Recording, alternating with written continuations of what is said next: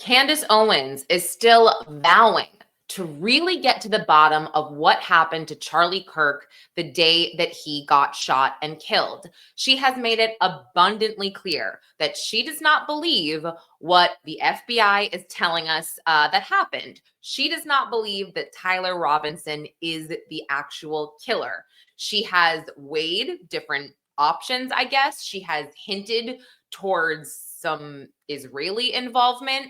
But really, she believes that something happened to Charlie Kirk and some people on his side could be responsible.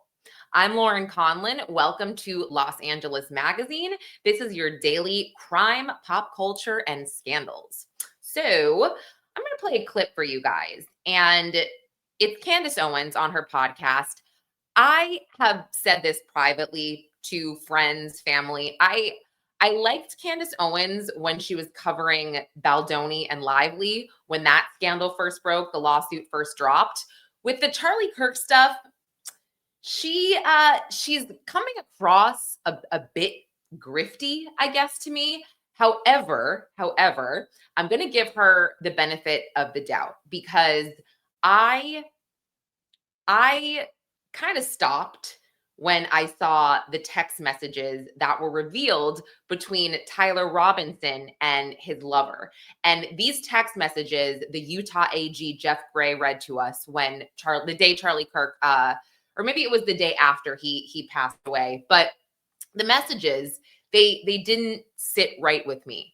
If you recall, Jeff Gray is reading text messages of Tyler Robinson admitting to the killing, just right there, to his lover, and just speaking very oddly as a 22-year-old.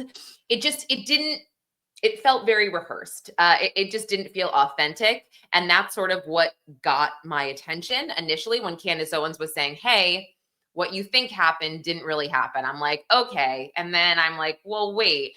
I always thought those texts were strange. I mean, Tyler Robinson says something like, I had hoped that, I would keep this secret with me until I get to my grave. And I almost left no traces of evidence, my love. I still have to spend a little more time in Orem. That's where they were in Utah. It did not make sense. And then the lover was like, you weren't the one that killed Charlie Kirk, were you? And he was like, I am. It was me. Look under the keyboard for a note. I mean, it's crazy. It was weird. But anyway, the point of this video and of this headline is Candace Owens is revealing some strange text messages that she got from Charlie Kirk in 2018, where he predicted that he wouldn't live very long, that he would die young. And she compares him to a prophet. And if you are not religious, a prophet is somebody that speaks directly to God, and God speaks directly to prophets. And then the prophets are meant to, tell the people. So if you're not religious, I mean, it is what it is. That's the definition of it. But I'm going to play this video, and just forgive me if I talk over it once in a while. It's just for copyright purposes. Oh, and I learned how to actually turn the volume up on the video. The video I played yesterday, I realized the volume was all the way down. So my apologies. All right. Sorry, Candace, for that. What I want you guys to know about Charlie is he also used to dream very vividly. Because we traveled together so much, he would wake up, we would text, and he would tell me about those vivid dreams. And we talked about a lot of things, as you do when you get to know somebody. We talked about the spiritual realm. We talked about religion, our faith, most importantly, what our life's purpose was. And there was this period in April where Charlie kept insisting to me over and over again that he was going to die young. In fact, he told me at turning point, Sorry, I did say 2018, the text. I could have sworn I didn't make that up, but let's watch this full video, and then I will correct myself if I did. But she did just say this past April, he kept insisting that he would die young.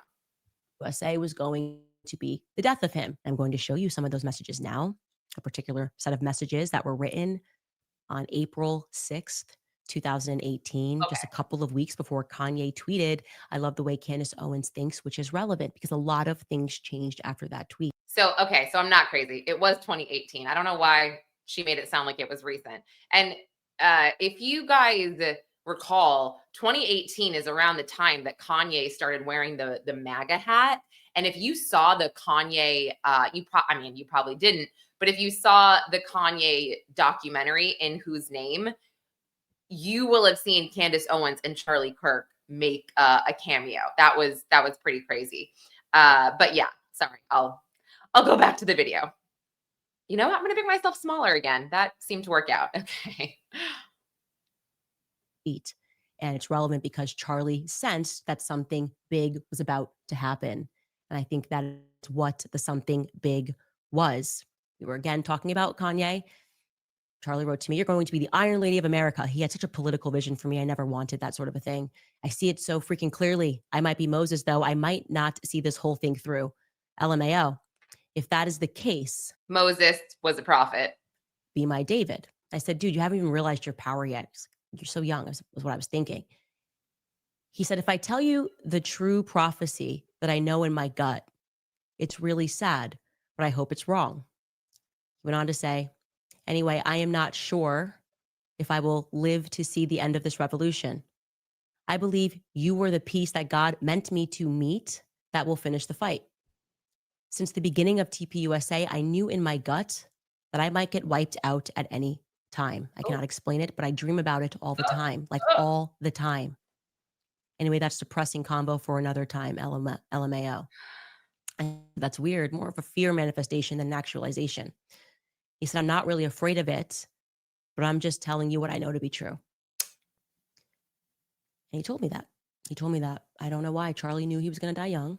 And I don't know. I just felt like I needed to share that because it is in part why the moment that Charlie got shot, I just knew he was betrayed spiritually in the same way that Charlie knew that he was going to die young. I knew that this was a part of something bigger. And so I wanted to say to you guys, to the people that betrayed Charlie, I would recommend that you come clean. Okay. I would recommend that you come clean because Charlie said some other things. And I look at these things now and I think, wow, it's almost prophetic, right? It's almost prophecy. And I can tell you that this is a story that will have a happy ending, a tragedy that will have a happy ending. The world is going to learn the truth about this. They are. What I want you guys to know. I definitely got chills for a second there. Let me take that down. I mean, I did. And it's strange because I don't know about you, but I don't dream about my death.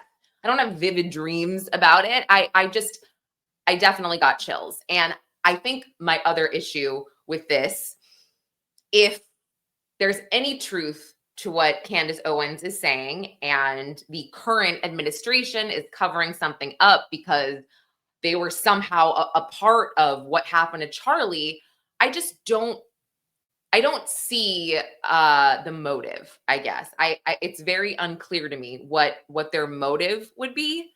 Uh, so I think that's my biggest issue. I don't understand.